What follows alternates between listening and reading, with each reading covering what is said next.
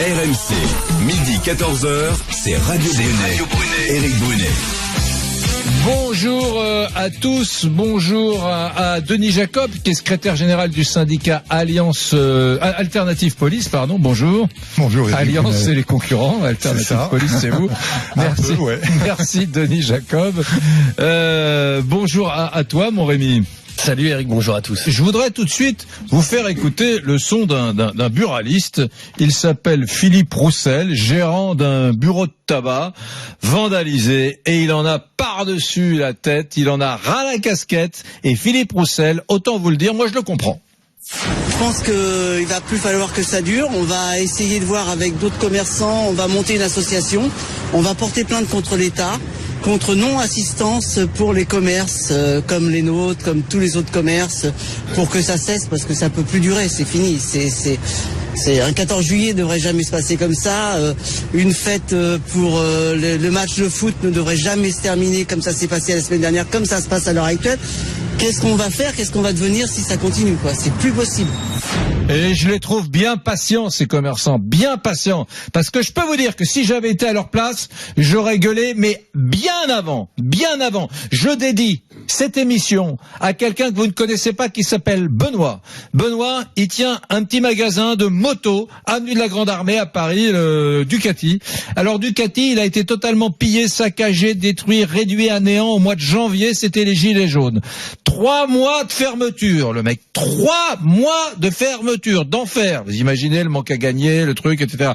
Il remet son truc d'équerre, voilà. Il réouvre, et qu'est-ce qu'il se prend? Jeudi, il se prend les supporters algériens. Saccage, pillage, et tout est à recommencer. Mais il n'y a pas de quoi pleurer. Franchement, mesdames, messieurs, il n'y a pas de quoi pleurer. Monsieur Castaner, vous pouvez pas mettre en place des dispositifs, prendre des mesures nécessaires, je sais pas, la fermeture des grands axes au moment de ces manifestations, par exemple. Enfin, je sais pas, j'ai la conviction qu'il y a des solutions et qu'on n'est pas obligé de subir tout ça. Voilà mon opinion. Vous m'appelez au 32-16. Avant de donner la parole à mon invité Denis Jacob du syndicat Alternative Police, et avant de vous la donner au 32-16, je me tourne vers toi, mon Rémi. Ce 14 juillet 2019 avait été classé à haut risque par le ministère de l'Intérieur. On le savait. Tiens, tu sais quoi? On va même s'écouter Castaner. C'était vendredi matin. Il était à Nîmes. Voilà. Et on lui disait, le 14 juillet, ça va friter, etc. Il dit non. Il était à peu près sûr de lui, hein. Écoutez, Castaner avant le 14 juillet. J'ai donné des instructions très claires, dès hier matin d'ailleurs, pour préparer la suite des matchs de la CAN qui se dérouleront, et j'ai réuni tous les préfets hier matin pour qu'il y ait une vigilance maximum qui soit mobilisée. Il y aura des sanctions et des moyens renforcés pour que ces comportements soient systématiquement neutralisés et que nous puissions poursuivre les auteurs. Nous avons mis en place des dispositifs et des mobilisations à un haut niveau pour que nous puissions avoir des forces de sécurité. Dans la nuit de samedi à dimanche, ce sont 2500 policiers de la préfecture de police qui seront sur le terrain. Je sais pas. Je sais pas. Est-ce que c'est des rodomontades verbales qui ne sont pas suivies des faits? Ou alors est-ce qu'il faut accepter l'impuissance? Est-ce qu'il faut accepter le fait qu'à chaque fois qu'il y aura une manifestation, c'est normal, on pète du mobilier urbain, on brûle des... Mais ça, t'as vu encore une fois les photos, les images? T'as vu encore une fois, que ce soit les supporters franco-algériens, que ce soit les gilets jaunes, enfin c'est inacceptable. Inacceptable. Je ne parle même pas de la famille qui a été endeuillée à Montpellier jeudi, avec cette femme de 42 ans tuée, ce bébé entre la vie et la mort. Enfin, je n'en parle même pas. On va considérer que ce sont des accidents. Mais ça n'est plus possible. Moi, c'est ma ville, Paris. Je n'y suis pas né. Je l'ai pas choisi. Je suis venu ici travailler parce que quand on est journaliste, tout est centralisé à Paris. Voilà. Il se trouve que maintenant j'y suis. Il se trouve que j'aime cette ville. Il se trouve que je conduis mes enfants à l'école, que j'aime les commerçants que je croise. Voilà. C'est ma ville. C'est devenu ma ville. J'ai appris à l'aimer. Et je ne supporte pas que tous les 4 matins, il y ait des gens qui viennent la péter, la brûler. C'est inacceptable. Et j'ai même honte de notre personnel politique et de nos élus parisiens qui ne sont pas capables de pousser un coup de gueule. Et parce que c'est le syndrome de Stockholm, ils ont peur de fâcher les gilets jaunes, vous comprenez? Ah oui, on fait aussi de la politique, les gilets jaunes font les comprendre. Non! On n'a pas à comprendre des voyous qui cassent, qui réduisent à néant la vie quotidienne de commerçants, qui emmerdent des citoyens, des administrés qui paient leurs impôts locaux et qui veulent simplement avoir des trottoirs propres pour conduire leurs mômes à l'école et pour aller faire leurs courses chez Monoprix. Vous comprenez? Donc moi, je vous le dis, c'est devenu insupportable cette violence systématique. Maintenant, on monte à Paris pour tout péter. Il y a un match de la CAN. Qu'est-ce qu'on fait? On prend les bagnoles, on va exprimer notre joie à Paris tous ensemble et puis au passage, tiens, puisqu'on est là, il y en a quelques-uns qui se disent on va également tout péter. Eh bien ça, je ne l'accepte plus, mon Rémi. En tout cas, tu l'as dit, Eric, ce 14 juillet 2019 avait été classé à haut risque par le ministère de l'Intérieur. On savait qu'il y avait de vrais risques de débordement. D'abord, en raison de la crainte de la présence de gilets jaunes, en particulier sur les Champs-Élysées, à l'occasion du défilé présidé par Emmanuel Macron. On a entendu des sifflets, et puis surtout, des appels à manifester avaient été lancés sur les réseaux sociaux. Conséquence, un vaste périmètre avait été interdit à toute personne se revendiquant des gilets jaunes. Ça se dit comme ça. Alors moi, je sais pas, quand une personne se présente, bonjour, vous êtes gilet jaune? Oui, non, vous passez pas. Mais en tout cas, le périmètre, il s'étendait de l'avenue des Champs-Élysées à la place de la Concorde, aux Invalides, au Trocadéro et à la Tour Eiffel. Pour en assurer la sécurité, au total, sur l'ensemble du week-end, il y avait près de 5000 policiers et gendarmes annoncés dans la capitale. Autre crainte, Eric, on l'a entendu avec Christophe Castaner, celle de débordement lié au match de l'Algérie, dans le cadre de la Coupe d'Afrique des Nations, un match devant se terminer dimanche, en même temps que le coup d'envoi du feu d'artifice parisien, aux alentours de 23h. Il n'y avait pas que Paris, il faut le préciser, Eric, puisque des incidents avaient déjà éclaté jeudi dernier à Lyon, à Marseille, à Roubaix ou encore à Montpellier. Les préfets de chaque région avaient donc été appelés à la plus grande vigilance, même si un porte-parole du ministère de l'Intérieur vendredi appelait à ne pas gonfler les choses. Mais en même temps, malgré ces avertissements, ce qui risquait d'arriver est arrivé. Du jamais vu sur les Champs-Élysées depuis le 16 mars dernier. Tu te souviens, le 16 mars, c'était le saccage des Champs-Élysées, notamment l'incendie du Fouquet's. On n'avait pas vu ça. Quelques 200 casseurs qui bloquent l'avenue peu après le défilé militaire. Là, le Fouquet's, les travaux ont été faits tout au long de ces derniers mois. Et réouverture. Et là, ils étaient partis pour le brûler à nouveau. C'est-à-dire qu'il y a eu un petit cordon de CRS qui s'est organisé, de policiers, de forces de l'ordre qui s'est organisé, qui ont, semble-t-il, empêché l'accès au Fouquet's des manifestants. Les personnels du Fouquet's étaient barricadés à l'intérieur. Donc on a vécu quand même. Mais qu'est-ce que c'est que ça? Et on a vécu les personnels du Fouquet's barricadés à l'intérieur en France, bon sang. En tout cas, sur les champs, on a vu ces images, des casseurs, des black blocs qui dressent des barricades, incendient des poubelles, brisent des vitrines. D'ailleurs, il n'y avait pas que des black blocs. Il y avait des gens qui ressemblaient pas du tout à des black blocs, des gilets jaunes extrémistes. Et puis, le soir, après la qualification, ils étaient pas des dizaines de milliers au passage. Non, quelques centaines. Ouais, quelques centaines. Moi, j'ai vu le chiffre de 200 à peu près. 200, mais t'imagines 200 mecs qui mettent le bazar sur les Champs-Élysées. Le bazar, c'est pas ça, le bazar. Le bazar, c'est quand tu fais du bruit et que tu renverses des poubelles. C'est pas ça, le bazar, Rémi. Ça s'appelle pas le bazar, ça. Tu as raison. Ça s'appelle pas le bazar, ça s'appelle des saccages, ça. C'est, encore une fois, les contribuables qui vont raquer. Ils ont tout pété. Des commerces, des assurances, des dossiers à bloquer, des vies.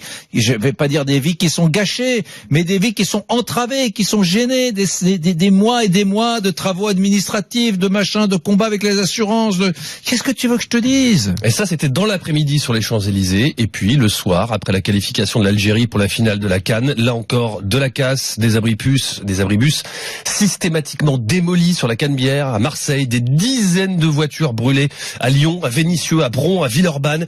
Et puis les Champs-Élysées jonchés de vélos et de trottinettes brisées. Voilà, on s'y attendait. C'est arrivé.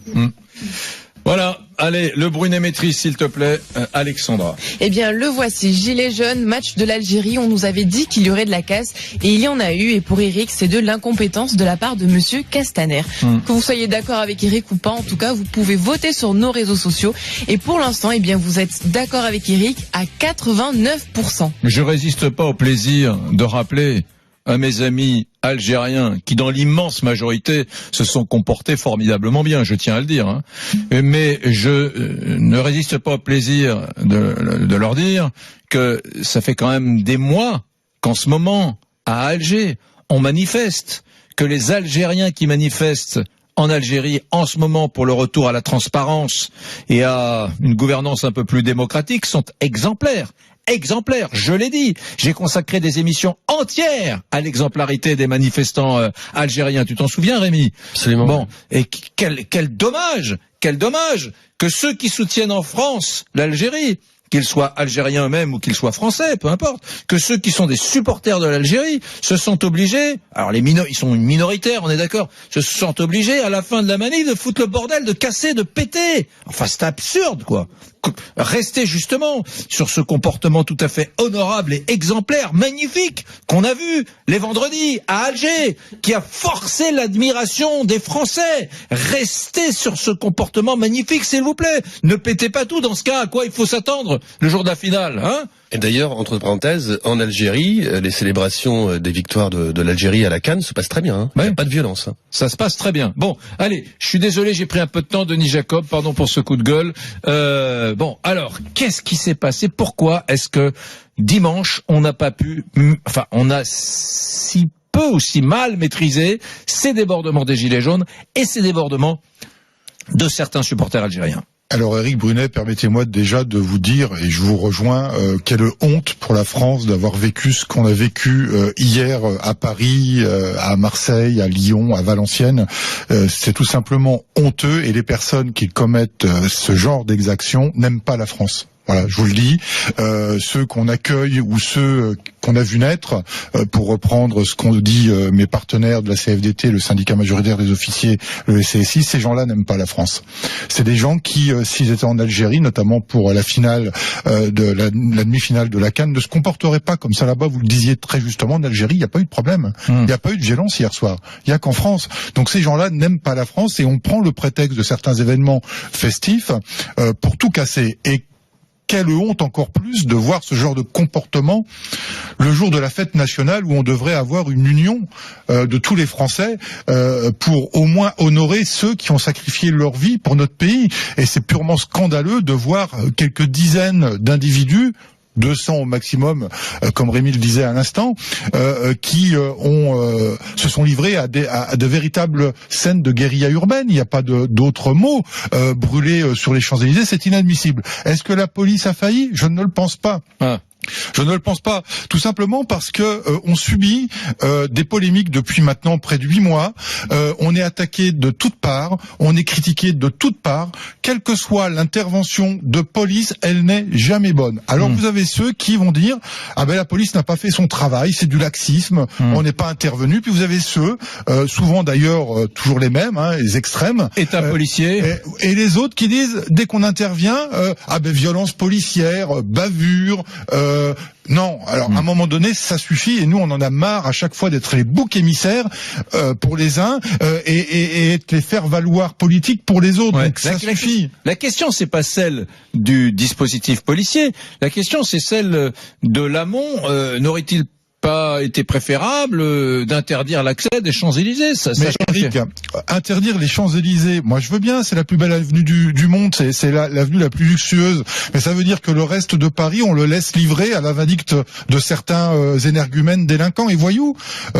On se souvient, avant qu'il y ait eu les interdictions des Champs-Élysées, on a eu des rassemblements à Bastille, à République, place d'Italie, où ça a été cassé. Est-ce qu'on en a fait tout un foin? Excusez-moi d'être brut, mais est-ce qu'on a fait tout un foin comme on le fait aujourd'hui? Non, c'est pas le problème, c'est pas les Champs-Élysées, c'est Paris, c'est les grandes métropoles que certains considèrent pouvoir aller casser en toute impunité. Donc à un moment donné, il faut se poser la bonne question. Quelle sécurité veut-on en France? Est-ce que le problème dans ce cas, ça n'est pas la justice? Parce que si la justice s'était exprimée de façon plus ferme et plus dure vis-à-vis de ces gens, peut-être ne seraient-ils pas là en train de réitérer leurs exploits samedi après samedi. Mais avant de parler de la fermeté de la justice, attendez, pourquoi est-ce qu'en Algérie ce genre de choses ne se produit pas? Pourquoi est-ce Parce qu'on a peur de l'autorité de l'État. Pourquoi est-ce qu'à Moscou, vous prenez le métro en ce moment, les moscovites, les filles sont sublimes en mini-jupe, il n'y a pas un mec qui fout une main au cul à une jolie jeune femme dans le métro à Moscou. Donc pourquoi est-ce que ces incivilités,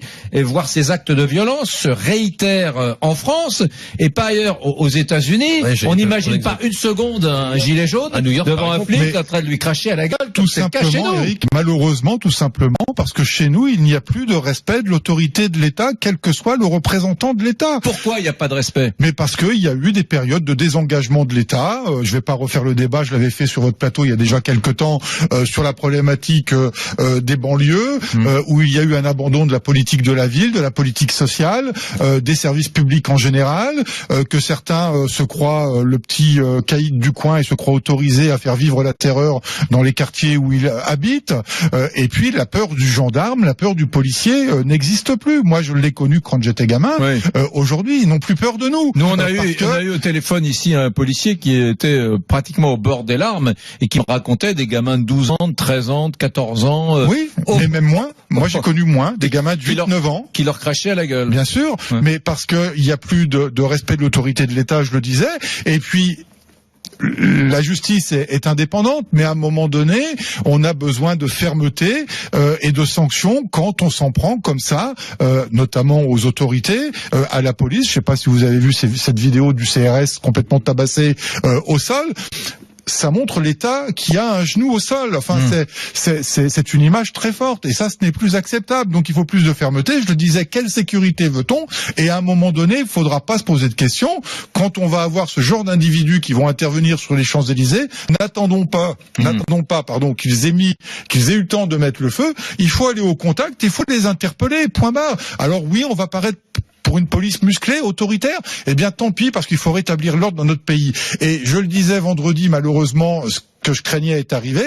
Et vendredi, je faisais une première communication en disant, eh bien, n'ayons pas peur de prévoir les canons à eau et les blindés de la gendarmerie. Ouais. Alors ça peut paraître musclé, autoritaire, mais à un moment donné, il faudra peut-être qu'on n'ait pas peur de la polémique politicienne comme on la connaît aujourd'hui, puisque de toute façon, qu'on agisse ou qu'on n'agisse pas, il y aura polémique. Voilà, vous écoutez Denis Jacob, secrétaire général du syndicat Alternative Police. Mesdames, messieurs, vous m'appelez au 32-16. La question est la suivante. On savait qu'il y aurait de la casse. Pour moi, Castaner est incompétent. Denis Jacob est pas d'accord avec moi. Il dit la question, c'est pas aujourd'hui celle du dispositif policier. Peut-être que je me trompe. Je veux connaître votre perception. Beaucoup d'appels. Je prendrai François, Philippe, Mohamed dans un instant. Appelez-moi vous aussi au 32-16 à partir de maintenant, c'est tapis rouge. C'est vous qui donnez votre avis, à tout de suite. RMC, midi 14h, c'est Radio Brunet. Éric Brunet.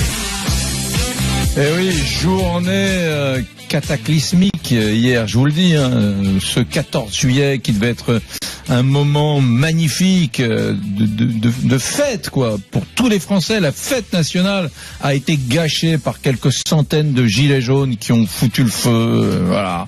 Et puis par des supporters qui, à partir de 2h du matin, un peu partout en France, dans les grandes capitales régionales, des supporters de l'équipe d'Algérie, minoritaires, mais qui se sont sentis obligés de foutre un souk terrible, plusieurs centaines d'interpellations. Écoutez ce spectateur outré par les violences des gilets jaunes hier. Je suis absolument outré, écœuré de voir ce qui est devenu les Champs-Élysées, ce qui est devenu notre fête nationale, alors qu'on devrait être tous ensemble à célébrer cet événement national, et on est là face à 200 personnes, 300 personnes qui ont tout perturbé, qui ont donné une image de la France épouvantable. C'est noir de monde, noir d'étrangers. On a toutes les caméras du monde qui étaient dirigées vers notre pays, et voilà ce qu'on donne comme image. C'est absolument tragique. C'est tragique pour notre histoire, c'est tragique pour notre pays. Ouais, mais moi, ça pourrait me faire pleurer. François, tu as des messages, mon Rémi ? Justement, je voudrais te lire ce message de Mokrani sur Direct Studio, l'application RMC, parce que ça rejoint le témoignage qu'on vient d'entendre. Là, on parlait des incidents survenus hier après-midi dans le cadre d'une manifestation de gilets jaunes.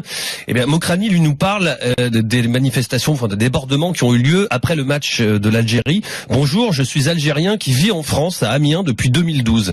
Je suis scandalisé par ce qui s'est passé hier soir. La minorité qui casse et qui est violente ne me représente pas du tout. Et là, j'interpelle Monsieur Castaner et ses acolytes pour leur laxisme et leur manque d'autorité.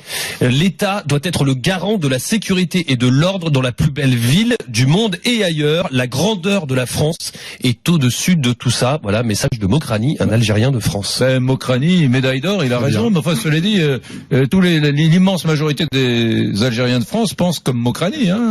C'est ce genre de comportement de voyous. Il y a qu'en France que des Algériens se prétendent Algériens et foutent la merde. Je veux dire, dans le reste.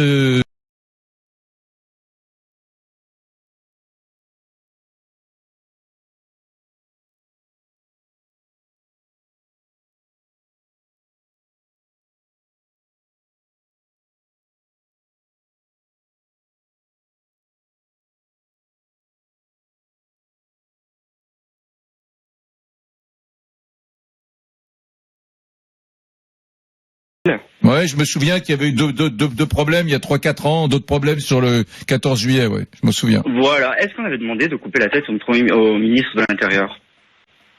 Je sais pas, non, peut-être pas. Peut-être Est-ce pas. qu'on va couper Alors, maintenant, je vais te donner un autre élément qui peut peut-être t'aider. Emmanuel Cravello, le secrétaire adjoint du syndicat Police Alliance en Ile-de-France, il a dit juste ce matin que un petit groupe d'une dizaine d'individus, enfin des petits groupes de dizaines d'individus, ont profité d'un moment à la fin de la cérémonie, juste au moment où les personnes devaient se changer et aller faire les renforts sur les Champs-Élysées, pour justement attaquer. Et ils se sont retrouvés juste dans cette zone, ils se sont retrouvés embêtés sur un espace de temps très réduit. C'est là qu'il y a eu les poubelles brûlées, les barrières qui ont été jetées dans les rues. Mais bon, comme il dit, le rétablissement a eu lieu quand même, assez rapide et fait dans les règles. Non, mais il y a eu des boutiques qui ont été cassées. Non, mais on n'a pas accepté ça. Mais moi, je te dis, moi, je suis. Moi, je sais pas la guerre des images. Moi, je suis adepte de la théorie de l'ancien maire de New York, Giuliani, et c'est zéro tolérance. On n'a pas à dire oh c'est rien. Il y a une vingtaine de magasins qui ont été bousillés. Mais enfin, c'est normal, Eric. On peut pas avoir zéro tolérance parce que je vais pas me faire des copains, hein, bien sûr. On n'est pas dans un état policier. Si on était dans un état policier, on ferait pas du social, on construirait des prisons. Mais c'est pas le cas. C'est pas une question d'être dans un état policier, mais il y a des lois, il faut les respecter. Quand on les respecte pas, on interpelle. Et le problème, c'est qu'aujourd'hui, il y a un manque de aujourd'hui, il y a un manque de fermeté, d'autorité, parce qu'on a peur de l'impact et des polémiques politiques qui peuvent se produire par la suite. Mais à un moment donné, c'est pas de passer d'un extrême à l'autre, de l'extrême social à l'extrême police autoritaire, mais à un moment donné, il faut que la police elle fasse son boulot. Et son boulot, c'est d'empêcher ce qu'on a vu hier, et il faut le faire en amont et interpeller dès qu'on a le moindre comportement ou attroupement suspect. Est-ce que ça aurait été possible? Attends, une seconde, François, je te repasse le micro. Denis Jacob, secrétaire général du syndicat Alternative Police, est-ce qu'on aurait pu empêcher ce qui s'est passé samedi? Dimanche. Mais justement, vous le disiez très justement, tolérance zéro. Le problème, c'est que le risque zéro n'existe pas. C'est-à-dire que quand vous avez une population importante, comme on l'a vu sur les Champs-Élysées, notamment des familles qui viennent assister comme chaque année au défilé, vous ne pouvez pas filtrer chaque personne, chaque enfant. Enfin, vous vous rendez compte de là, pour le coup, de la polémique sur la liberté d'aller. Donc le mec, en gros, qui a une boutique à proximité des Champs-Élysées, faut qu'il accepte l'idée d'être pillé, saccagé deux fois par an, comme le type qui vend des motos, qui vend des motos Ducati et qui va peut-être être obligé de fermer, qui a été pillé 2 fois dans l'année, saccagé. C'est normal. Surtout pas. Ce qu'il faut comprendre aussi, c'est que il y a peut-être eu, je sais pas, peut-être que ces individus qui sont quand même aguerris au théâtre de violences urbaines, puisque je rappelle, il y avait quand même une partie peu nombreuses, mais quand même une partie de Black Blocs qui sont aguerris. Peut-être qu'ils savent comment nous travaillons, comment nous sommes organisés, et que sur les 5000 policiers qui étaient engagés hier, eh bien après le défilé, une partie a été mise au repos parce qu'elle travaillait depuis 5h30 du matin et qu'elle était censée aller jusqu'à minuit, 1h, 2h du mat, et qu'une partie a été mise en pause et qu'ils ont profité d'une moindre mobilisation policière pour investir les Champs-Élysées. Est-ce que c'est acceptable? Non, bien sûr que non. C'est pas évident à gérer. On savait qu'il y aurait eu des dégradations et des violences comme on les a connues. Peut-être qu'il fallait penser le dispositif autrement, mais en tous les cas, en termes de mobilisation, elle était là. Peut-être qu'il fallait, je me répète, je disais tout à l'heure, prévoir en plus des moyens lourds à disposition, comme les canons à eau. Bien. Dans un instant, je serai avec la maire du 8e arrondissement, Jeanne Dotzer. Je voudrais prendre tout de suite Mohamed, qui m'appelle de Perpignan. Bonjour Mohamed. Oui, bonjour. Je vous appelle un petit peu pour ces événements qui s'est passé après la demi-finale de la... Il n'y a rien eu à Perpignan. C'était calme, Perpignan? Oui, c'est vraiment une petite ville très calme. Bon, il y a des problèmes comme partout, mais je veux dire, c'est calme. Non, mais il n'y a pas eu de manif dimanche. Non, mais je trouve ce qui s'est passé sur Paris, Lyon et tout ça, c'est inadmissible. Je crois que c'est une poignée de jeunes voyous, souvent français, nés en France, et je veux dire que tout le monde connaît. Castaner, je pense qu'il n'a pas été à la hauteur. Ce que je trouve de terrible, c'est quand même on ne devrait pas permettre ça. Et surtout, je pense que le travail, il aurait dû se faire avant, dans les quartiers, des quartiers qu'on laisse à l'abandon, il y a moins de mixité, la police municipale, les CRS, la gendarmerie, les maires, ils ont complètement abandonné ça, et on montre du doigt une communauté qui est pour rien, c'est une poignée de jeunes voyous, et c'est comme si on disait monsieur le maire de Lyon, de Marseille ou de Paris, parce qu'il y a un problème, on remonte à ses origines. Je trouve que c'est un peu lamentable. Mais voilà, alors cela dit, Mohamed, bon, très bien, enfin bon, quand tu vois, mais je pense qu'il y a un travail dans les quartiers à faire, qui est très important. Mohamed, mets-toi juste à la place du commerçant. Il sait jeudi c'était le quart de finale avec l'Algérie. Il sait et il se dit, je vais me faire péter ma boutique, et effectivement sa boutique est pétée jeudi dans la nuit. Et mets-toi à sa place, parce que toi tu dis c'est pas de la faute de Castaner, le pauvre. D'accord? Alors il fait quoi le commerçant? C'était de la faute de Castaner. Non, justement tu m'as mal compris. Ah ben d'accord. Je me mets largement à la place du commerçant, où je me dis je vais flipper pendant 48 heures, qu'est-ce qui va se passer, et je sais que ça va arriver. On a un ministre qui fait rien. Mais déjà, il y a la faute du ministre, mais je pense que c'est bien avant le ministre. C'est tous ces quartiers qui sont abandonnés, tous ces voyous qu'on connaît, qui sont une minorité, et ben voilà, et on ne fait pas grand-chose, et en même temps, on montre toute une communauté, alors que c'est des jeunes, souvent, qui sont 2, 3, voire 4 générations qui sont là, et qui sont français, souvent, ils ont plus la nationalité algérienne. C'est un petit peu dommage. Bien sûr, ils n'aiment pas. Un balayage dans les quartiers, un peu plus de commerce, un peu plus de police, un peu plus de. Non mais Mohamed, c'est terrible, c'est devenu une mode maintenant. Alors ils apprennent à détester la France, certains jeunes, pas tous. Hein. Voilà, la France. D'ailleurs, ils sont français, mais ils appellent les autres, ils appellent les Français. Voilà. Alors bien évidemment, ils ont jamais été au bled, D'ailleurs, si retournent au bled, on les appelle, c'est des immigrés. Donc, si tu veux, donc c'est un truc de dingue. Mais quand même, ils nous détestent. Et ça, je trouve ça insupportable. Au bout d'un moment, il faut simplement que peut-être des parents, des associations leur expliquent. Mais c'est un pays formidable. Si t'écoutes un peu à l'école, tu peux faire des choses formidables dans ce pays. Il faut pas exagérer. Il faut arrêter toujours de victimiser tout le monde. Donc, je suis entièrement d'accord avec toi. Mais le problème, c'est qu'à un moment donné, ces quartiers sont désertés. Il n'y a plus personne. L'éducation, elle est inexistante. La gendarmerie n'y est pas, la police n'y est pas, il n'y a pas de un voyou reste un voyou et doit être traité comme tel. Oui, mais Mohamed, peut-être que tout n'est pas parfait. Pourtant, je peux te dire que le contribuable français, il fait des efforts. Bon sang pour les quartiers.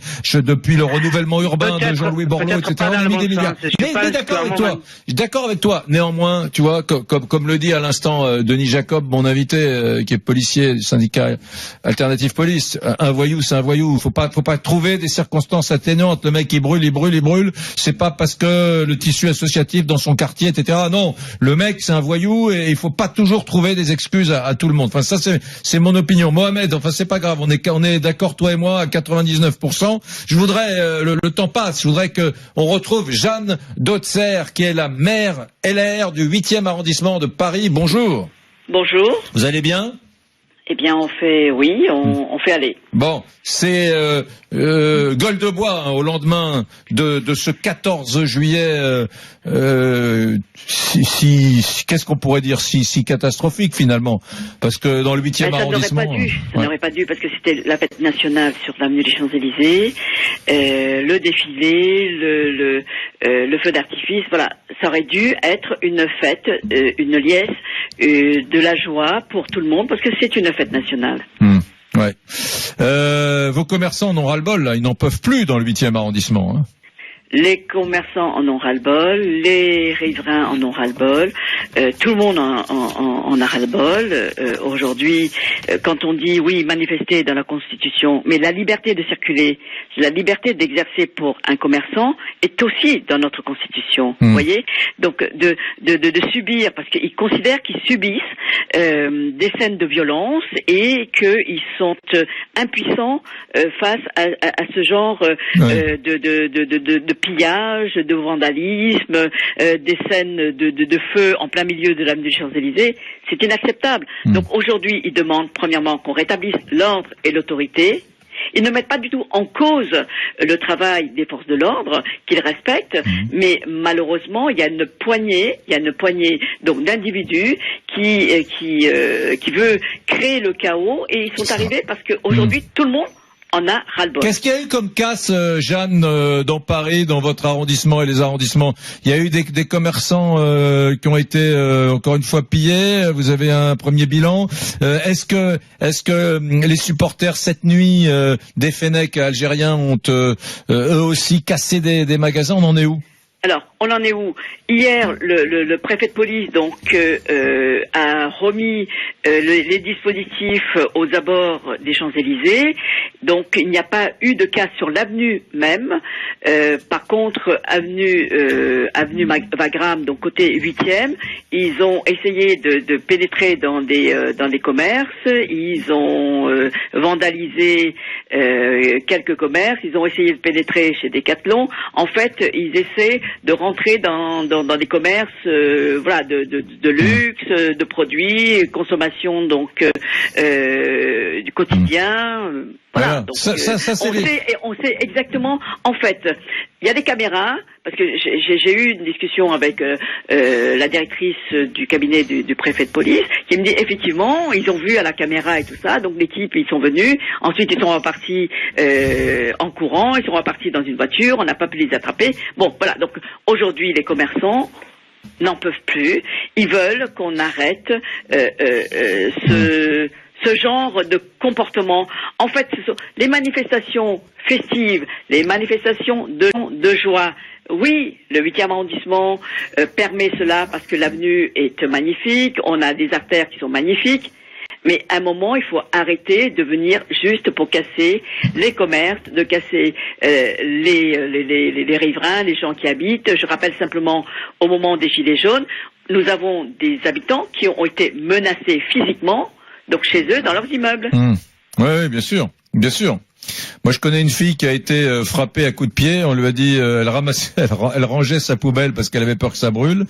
Et dans une petite rue, toute petite rue, et ils lui ont dit, sale pute, sale juive, sale parisienne. Et ils l'ont frappée. Elle s'est pris 2-3 coups de pied. Bon, voilà. Et, voilà, la vie quotidienne, quoi. Oui, mais, attendez, la vie quotidienne. On ne doit pas accepter. Non, mais vous m'avez compris. C'était ironique. Et on ne doit plus accepter ce genre de situation. Mais non, mais je vais vous dire une chose. Je vais vous dire, Jeanne, ce que je pense.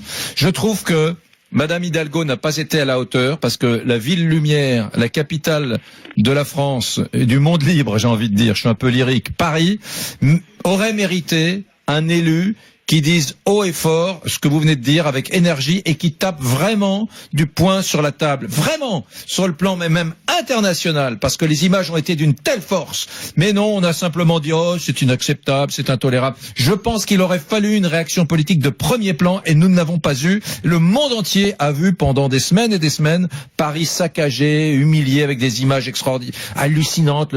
Vous imaginez pour les gens à Shanghai partout de découvrir l'Arc de Triomphe. Enfin, c'est un truc de dingue. Et il n'y a pas eu la réponse politique, Jeanne Dotzer, parce que je pense que les politiques étaient un peu schizophrènes. Voilà, c'était quand même l'opposition à Macron, donc ça les intéressait un peu, les gilets jaunes, de dire oui, on les comprend. Ouais.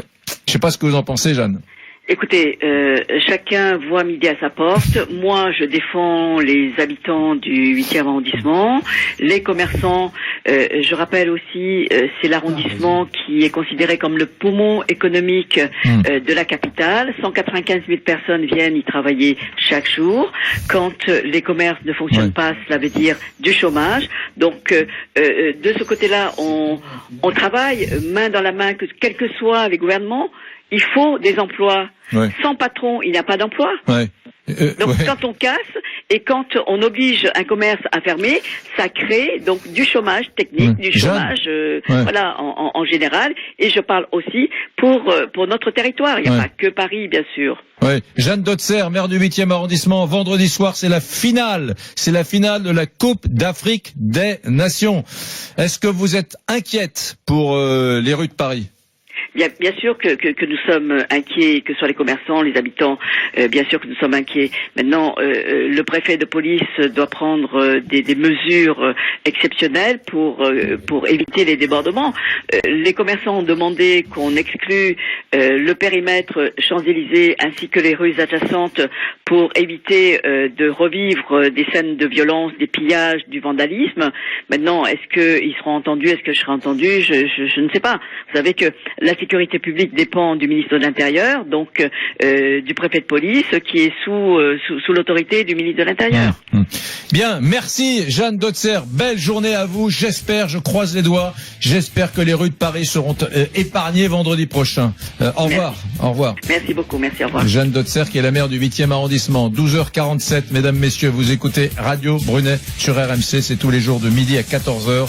Dans un instant, je passerai le micro à Raphaël, qui m'appelle du Bas-Rhin, et puis je repasserai le micro à Denis Jacob du syndicat Alternative Police. À tout de suite. RMC, midi 14h, c'est Radio Brunet. Éric Brunet. Alors, on fait un petit point sur vos votes sur nos réseaux sociaux du Brunimétrie, qui est le suivant. Gilets jaunes, match de l'Algérie. On nous avait dit qu'il y aurait de la casse et il y en a eu. Donc pour Éric, c'est de l'incompétence de la part de monsieur Castaner. Et pour l'instant, vous êtes 89% à être d'accord avec ce que dit Éric. Raphaël m'appelle du Bas-Rhin, je crois. Il a fait le 32-16. Bonjour Raphaël. Salut Eric. Qu'est-ce qui va pas alors dans ce maintien de l'ordre? C'est les policiers, c'est le ministre de l'Intérieur? Qu'est-ce qui va pas? Ce qui va pas, je pense qu'effectivement, si on prend la pyramide, il y a une personne en haut qui va pas, effectivement, et je pense que M. Castaner devrait prendre ses responsabilités. Mais ça date pas d'aujourd'hui. Je crois que ça date depuis maintenant 8 mois, si je ne me trompe pas, dès le départ. Maintenant, j'ai juste une question. Effectivement, je trouve ça lamentable, le fait de casser. J'ai toujours revendiqué avoir été gilet jaune. Je suis d'ailleurs gilet jaune, mais dans le cœur, parce que gilet jaune sur le terrain, c'est plus pour moi. J'ai 45 ans, j'ai des enfants. Et on va, voilà, après on pourrait faire un débat là-dessus, mais moi j'aimerais juste poser une question à Monsieur Jacob. Monsieur Jacob, vous qui représentez justement un syndicat, qu'avez-vous fait qu'est-ce que vous faites justement quand vous recevez des ordres qui sont soit complètement stupides ou soit complètement inopérants? Qu'est-ce que vous faites vous? Alors, il faut savoir que dans le code de déontologie des policiers, il y a des règles à respecter et que parmi ces règles, si un ordre apparaît manifestement illégal, le policier est tenu de refuser de l'exécuter. Voilà. Donc, dès lors qu'il y a des ordres, l'organisation du maintien de l'ordre est faite selon certains schémas d'emploi, de règles, d'instructions, on s'y conforme et on applique ce qu'on nous demande dès lors que les ordres qui nous sont donnés ne sont pas manifestement illégaux. Pour prolonger ce que dit à l'instant Raphaël dans le Bas-Rhin, tout est politique en France. Oui. Tout est politique, y compris d'ailleurs le maintien de tout. L'art est politique, les politiques migratoires, alors que dans les autres pays, c'est des trucs qui se font de façon dépassionnée. Chez nous, la maîtrise des flux migratoires, c'est éminemment politique. La gauche pense comme ça parce qu'elle est de gauche, la droite pense comme ça parce qu'elle est de droite. Tout est politique. Et le maintien de l'ordre n'échappe pas à cette règle. Non, tout est politique. On a l'impression que pour Castaner, mais comme pour ses prédécesseurs. C'est ce que j'allais vous dire. Effectivement, le débat, c'est pas. Alors moi, je suis pas là pour défendre tel ou tel gouvernement. C'est pas mon rôle. Donc, je vais pas prendre position sur Monsieur Castaner, mais c'est récurrent. C'est dans la culture de la politique française. Tout est politique, y compris le maintien de l'ordre, et donc pour ménager la chèvre et le chou entre ce que vont dire ceux de gauche, ceux de droite, potentiellement ceux donc, du centre. Ceux de gauche, ils disent État policier, police fasciste, etc. Droite, LBD, vous voilà. Et à droite, c'est la police laxiste. Et donc effectivement, on essaye de ménager tout cela pour éviter de heurter. Je vais reprendre une expression télévisuelle, pour heurter la sensibilité des plus jeunes. Mais bon, ça suffit. Nous, on est au milieu de tout ça, on veut faire notre job. Notre job, c'est d'assurer la sécurité de nos concitoyens. Et la sécurité ne devrait pas être une affaire politique, mais une affaire de devoir. Et de devoir, quel que soit le parti politique. Et quand on a peur d'être trop policier, Eh bien, on a ce qui se passe aujourd'hui, c'est-à-dire qu'on a des personnes qui considèrent que la liberté offerte par notre démocratie les autorise à essayer d'instaurer l'anarchie et le chaos, mais ne craignons pas la police française et ne croyons pas qu'elle soit ultra violente. Et j'invite vos auditeurs à consulter un peu les réseaux sociaux ou certaines chaînes de vidéos connues. La police londonienne, qui est une police qui n'est pas armée, a aujourd'hui adopté une nouvelle méthode de travail qui consiste, pour endiguer le flot de vol à la tire, notamment quand les voyous sont en moto, eh bien la nouvelle méthode, c'est tout simplement de les renverser en voiture. Vous croyez que c'est moins violent que la police qui est faite en France? Je ne crois pas. On n'a pas parlé de la justice dans cette émission, on en parlera un autre jour, c'était pas le sujet aujourd'hui, mais il est évident que quand on parle de laxisme, la façon dont on traite certains délinquants, effectivement, la justice est un acteur important et il y aurait beaucoup à dire sur ce sujet. Merci Denis Jacob, secrétaire général du syndicat Alternatif Police. Résultat du Brunet-Métrie, s'il te plaît, Alexandra. Eh bien, écoute, Eric, il n'a pas beaucoup évolué sur le Brunet-Métrie Gilets jaunes, match de l'Algérie. On nous avait dit qu'il y aurait de la casse, eh bien, il y en a eu. Et pour Eric, c'est de l'incompétence de la part de Castaner. Et nous sommes toujours à 89% d'accord avec toi. Mesdames